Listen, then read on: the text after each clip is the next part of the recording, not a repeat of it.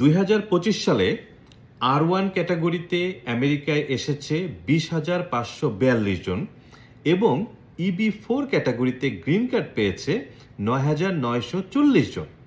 তার মানে আশেপাশে যে আপনারা শুনেন যে আমেরিকান ইমিগ্রেশন বন্ধ আছে বা আগের চেয়ে কমে গেছে, ব্যাপারটা কিন্তু মোটেই তা না। এবং আপনারা যারা জানেন তারা তো জানেন, যারা জানেন না তাদের উদ্দেশ্যে বলছি, R1 ক্যাটাগরি হলো রিলিজিয়াস ওয়ার্কারদের জন্য। অর্থাৎ আপনি যদি ইসলাম ধর্ম, হিন্দু ধর্ম, বৌদ্ধ ধর্ম, খ্রিস্টান ধর্ম বা যে কোনো প্রধান ধর্মের ধর্মীয় কর্মী হয়ে থাকেন, তাহলে আপনি আমেরিকায় যদি কোনো ধর্মীয় প্রতিষ্ঠানে চাকরি পেয়ে থাকেন, তাহলে নন ইমিগ্রেন্ট ক্যাটাগরিতে R1 অ্যাপ্লিকেশনের মাধ্যমে আমেরিকা আসতে পারবেন। এবং ওই একই প্রতিষ্ঠান যদি আপনাকে স্পন্সর করে গ্রিন কার্ডের জন্য, তাহলে আপনি EB4 ক্যাটাগরিতে গ্রিন কার্ড নিয়ে আমেরিকা আসতে পারবেন। এবং এই সব কিছুর জন্য যেটা ম্যান্ডেটরি সেটা হলো, এই যে ধর্মীয় প্রতিষ্ঠান তাদেরকে আমেরিকায় একটি রেজিস্টার্ড নন প্রফিট হিসেবে থাকতে হবে এবং তারা আপনাকে স্পন্সর করবে। স্পন্সর করলে R1 ক্যাটাগরিতে নন ইমিগ্রেন্ট হিসেবে আপনি আমেরিকা আসতে পারবেন, আর EB1 এর মাধ্যমে গ্রিন কার্ড নিয়ে আমেরিকা আসতে পারবেন।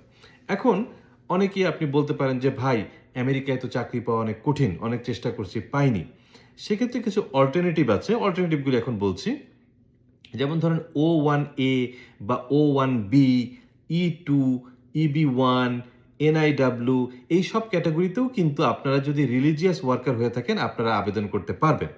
সেক্ষেত্রে R1 বা EB4 যেমন একেবারে ডিরেক্টলি আপনাদের জন্য তৈরি করা, অন্য যে ক্যাটাগরির কথাগুলি বললাম, O1A, O1B, E2, EB1A, EB2, NIW, এগুলি কিন্তু সরাসরি আপনাদের জন্য স্পেসিফিকভাবে তৈরি করা হয়নি। এগুলি more of A generic kind of জিনিস, কিন্তু এই সুযোগ সুবিধাগুলি কিন্তু আপনারাও নিতে পারেন। যেমন ধরেন আমাদেরই অনেক EB1 এর অ্যাপ্রুভড ক্লায়েন্ট আছে যারা ইসলামিক বক্তা হিসেবে আবেদন করেছে এবং তাদের অ্যাপ্রুভাল এসেছে। একইভাবে EB2, NIW-তে আপনি যদি ইসলামী শিক্ষা বা যে কোনো ধর্মীয় শিক্ষায় যদি উচ্চশিক্ষিত হয়ে থাকেন এবং আমেরিকার ন্যাশনাল ইন্টারেস্টকে প্রোটেক্ট করার ব্যাপারে যদি আপনি প্রপোজড এন্ডেভার লিখতে পারেন, আপনি কিন্তু EB2, NIW-র জন্য কোয়ালিফাইড হবেন এবং আপনি আবেদন করতে পারবেন।